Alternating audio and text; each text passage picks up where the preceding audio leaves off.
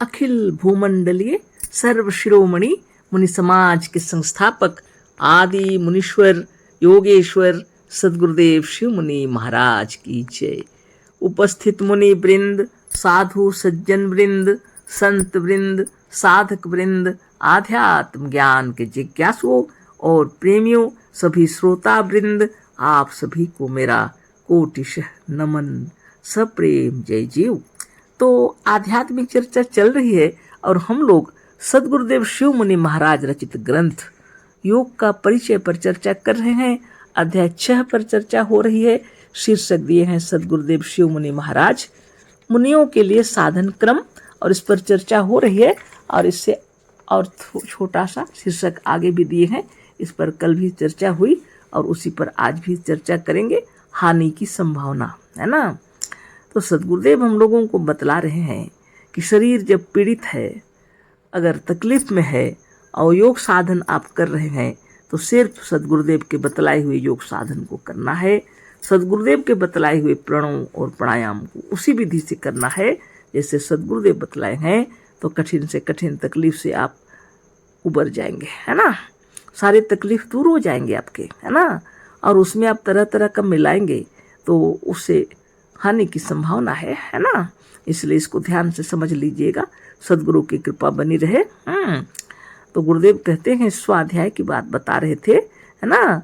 तो उसी पर और एक बार उस वाक्य को पढ़ देते हैं और आगे हम लोग पढ़ेंगे, है ना। स्वाध्याय का अर्थ है अपने स्व का या अपने आप का पाठ। अपने आप को जानने वाली बातें हैं इसके अंदर। स्वाध्याय का मतलब है अपने आप का ध्यान करना, अपने आप पर चिंतन करना, या उन पुस्तकों का पाठ, है ना। उन पुस्तकों का पाठ या उस ज्ञान और विचार का मनन जिसमें आत्मा के ज्ञान का या आत्म शक्ति का और आत्मबल की महिमा का वर्णन हो। या तो स्वाध्याय में अपने आप का ध्यान करें या तो उन पुस्तकों को पढ़ें जिसमें ज्ञान की विचार आते हैं, आपके आत्मचिंतन की बातें हैं, आपकी आत्मशक्ति और आत्मबल बढ़ने की बातें हैं, आत्मबल की महिमा का वर्णन किया हुआ हो, उन्हीं को पढ़ें। इतना तक हो गया था। आगे हम लोग पढ़ते हैं। किसी भी मजहबी पुस्तक का पाठ स्वाध्याय नहीं है। मजहबी पुस्तक का मतलब होता है जिसमें ईश्वर का वर्णन किया हुआ हो, है ना। जो भी है, अगर आप समझ नहीं पाए हैं तो उन पुस्तकों को पढ़ना अच्छा नहीं होगा। उस समय आपका मन भटक जाएगा। इसलिए सदगुरुदेव मना कर रहे हैं, केवल सदगुरु के किताबों का अध्ययन कीजिए और नित्य योगाभ्यास कीजिए जब तक आप पूर्णतः निरोग नहीं हो जाते, है ना, तब तक। और जब निरोग और स्वस्थ हो जाएंगे तो आप दूसरी किताबें भी पढ़िए। आप अगर परिपक्व हो गए तो कोई बात नहीं है, लेकिन आप अभी मन आपका कच्चा है, कभी इधर कभी उधर डोलेगा। साधन भी कच्चा है, कभी इधर कभी उधर डोलेगा, तो आपको सिद्धि कैसे प्राप्त होगी। आप पूर्णतः स्वस्थ और निरोग नहीं होंगे। इसलिए सदगुरुदेव कह रहे हैं, उनका मतलब यह नहीं है कि आपको किसी बंधन में डाल रहे हैं। आप पूर्णतः निरोग हो जाइए, परिपक्व और बलवान हो जाइए, मन से भी शरीर से भी, है ना। तब आप दूसरे किताबों का भी अध्ययन कर सकते हैं, वरन उस पर खूब शोध कर सकते हैं, है ना, खूब विचार कर सकते हैं, और नहीं तो भाष्य कर सकते हैं। जब आपको पक्का ज्ञान हो जाए तो आप पूर्णतः स्वतंत्र हैं। लेकिन जब शरीर आपका निर्बल है और तकलीफ में है और पीड़ित है तो किसी भी दूसरे प्रकार का कोई प्रकार का व्यायाम भी मना किए हैं गुरुदेव, है ना। इतना तक कि तैरना भी मना किए हैं। और जब निरोग हो जाएंगे तो थोड़ी ना तैरना मना करेंगे।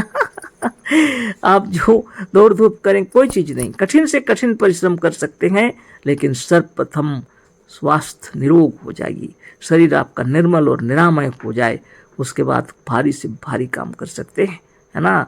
एक बार सुबह एक बार शाम अपना योगाभ्यास जैसे गुरुदेव बतलाए हैं उसी तरह कीजिए और दिन भर कठिन से कठिन परिश्रम कर सकते हैं, कोई उसमें रोक टोक नहीं है।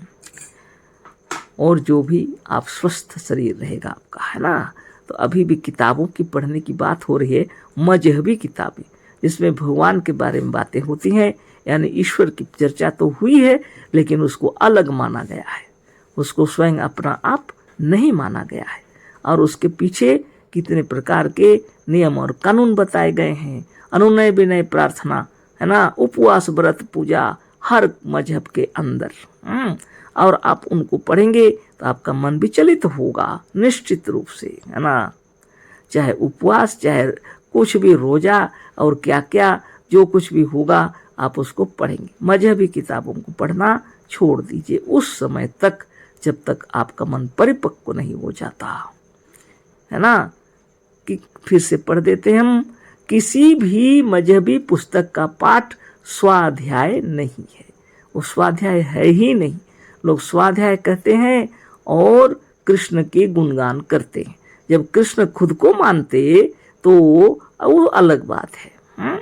गुणगान करेंगे दूसरे का। हाँ, अभी भी कल से जन्माष्टमी का खूब हो रहा है, अष्ट प्रहरी हो रहा है, हाँ, अखंड कीर्तन हो रहा है, पर किसी को ये मालूम ही नहीं कि अष्ट प्रहरी होता क्या है, अखंड कीर्तन कहते किसे हैं, है ना।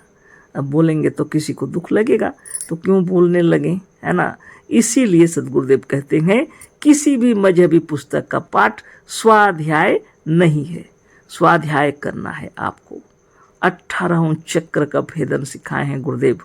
अष्ट चक्र है इसके अंदर और 8 चक्रों में आपको हमेशा सजग चेतन रहना है और 8 प्रहर भी होते हैं। 8 प्रहर भी आप सजग और चेतन न रहिए तो आपके शरीर में बीमारी तो घुस ही नहीं सकती, बुरी वृत्तियां भी नहीं घुस सकती। आप हजारों प्रकार की किताबें पढ़ेंगे तो भी आपका मन विचलित नहीं होगा।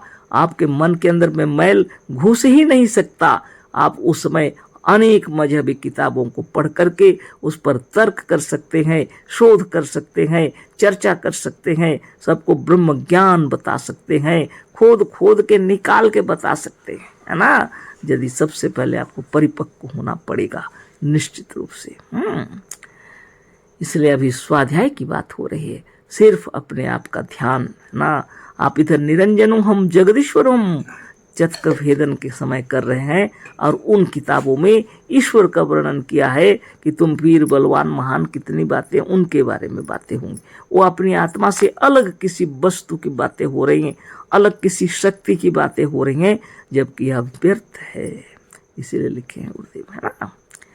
जिन पुस्तकों में मजहबी ईश्वर की महिमा या कथा है उसका पाठ व्यर्थ ही नहीं हानिकारक भी है। योग काल में साधन के समय मजहबी ईश्वर की महिमा और ऐसे पाठ का पढ़ना व्यर्थ ही नहीं हानिकारक है। दूसरों के रचे हुए योग के ग्रंथों का पाठ भी हानिकारक है। दूसरे लोग रचे हुए योग के ग्रंथ वो भी मत पढ़िए, क्योंकि ऐसे ग्रंथों को देखकर आप उसके किसी साधन को करके उसकी परीक्षा लेने लगेंगे तो इससे बहुत बड़े संकट में पड़ जाने की संभावना है। पहले खूब अच्छा से खड़ा होना पड़ता है, उसके बाद कदम बढ़ाना पड़ता है। बचपन में बच्चे खड़े होते हैं, पहले खूब अभ्यास कर लेते हैं, तब थोड़ा कदम बढ़ाते हैं, गिरते हैं, है ना। फिर अभ्यास करते हैं, फिर कदम बढ़ाते, फिर धीरे धीरे चलते हैं, है ना। आहा क्या बात है ना। आत्मज्ञान ऐसा ही है ना।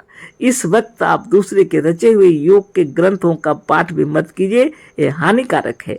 आप सिर्फ सद्गुरुदेव के ग्रंथों का अध्ययन कीजिए, है ना, जब तक आप परिपक्व नहीं हो गए हैं।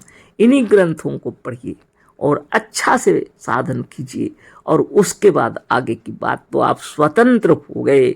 जो तैरने जान गया पानी में, है ना, उसको क्या परेशानी है। उसमें जब महारत हासिल कर लेगा तो वो भंवर में भी तैर करके निकल जाएंगे, या तो झरने के अंदर से भी निकल आते हैं, है ना। अब उसमें महारत हासिल कर लीजिए। जो सद्गुरुदेव जो सद्ज्ञान, सच्चा ज्ञान और चक्र भेदन बताए हैं तो संसार चक्र से आप निकल जाएंगे एक पूर्णतः, है ना।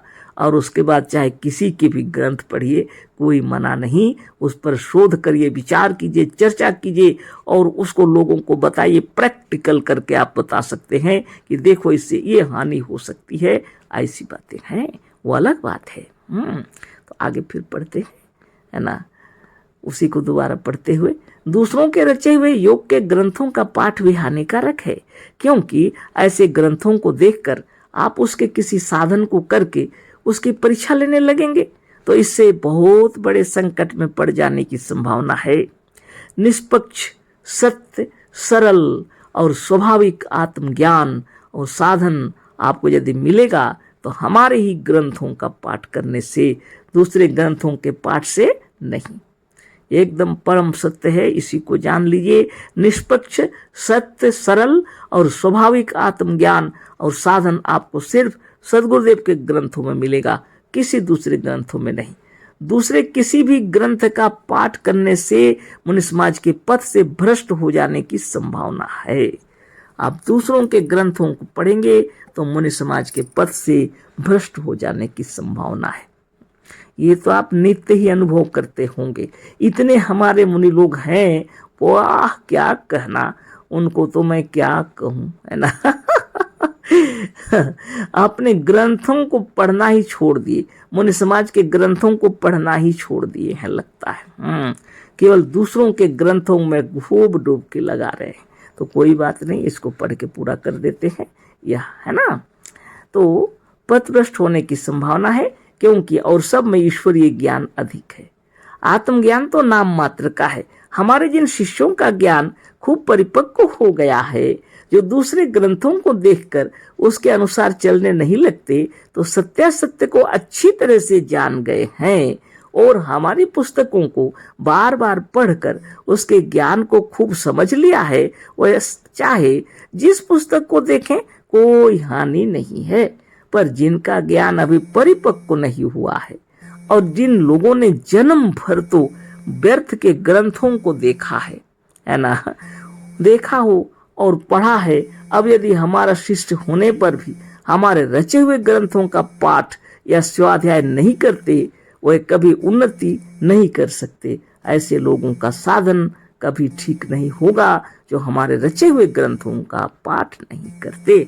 अब पूर्णतः समझ में आ गया तो आगे फिर कल चर्चा होगी।